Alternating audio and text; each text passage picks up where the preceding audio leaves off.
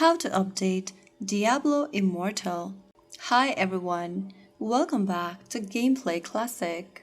If you're playing Diablo Immortal and want to make sure you're using the latest version, then keeping the game updated can give you access to new content, improvements, bug fixes, and important game updates.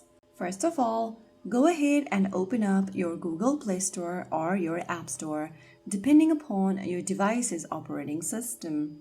Now, in the search bar, type in Diablo Immortal and search. Look for this Diablo Immortal game from Blizzard Entertainment Inc. Look for an update button if available. If you don't see the update button, it means you are currently running on the latest version. But if you see the update button, tap on it to download and install the latest version of the game.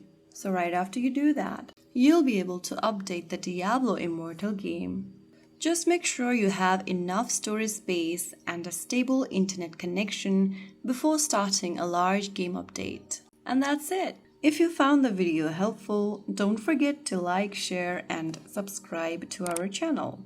I will see you again in the next video. Stay tuned, and thanks for watching.